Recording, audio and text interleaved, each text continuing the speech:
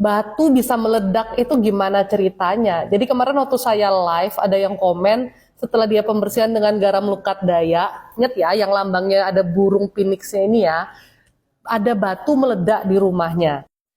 Nah, beliau mengirimkan foto gambar batu yang meledak itu. Jujur saya juga miss ya sama kuasa Tuhan. Luar biasa ya Tuhan kalau menjaga kita ketika kita sudah berserah, ketika kita udah banyak-banyak berdoa. Beliau menceritakan bahwa rumah tersebut dulunya disewa oleh seseorang yang jualan, yang dagang gitu. Dan ditaruh penglaris. Tapi ketika orang itu pindah, penglarisnya nggak dibawa. Nggak lama ada yang mengontrak di rumah yang ditempati beliau ini. Dan yang kontrak itu cuma bertahan 3 bulan. Katanya gangguannya luar biasa. Mulai dari penampakan, keluarganya ribut terus. Dan yang paling fatal mereka itu sakit-sakitan. Akhirnya keluarga yang kontrak ini kembali ke kampung dan kontrakan itu ditinggalkan begitu saja.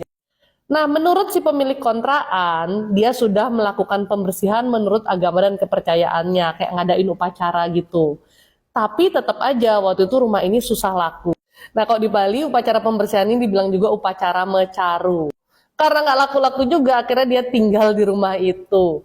Dan karena dia merasa juga kok udah dimecaruin, kok tetap aja ya rasanya tuh nggak enak, tetap ngelihat bayangan-bayangan gitu. Dan hawa dalam rumah itu, kalau orang dalam rumah itu kayak rasanya emosi dan sumuk gitu. Dan ternyata dia ngelihat VT saya di TikTok ini tentang garam lukat daya. Dan dia beli kemarin.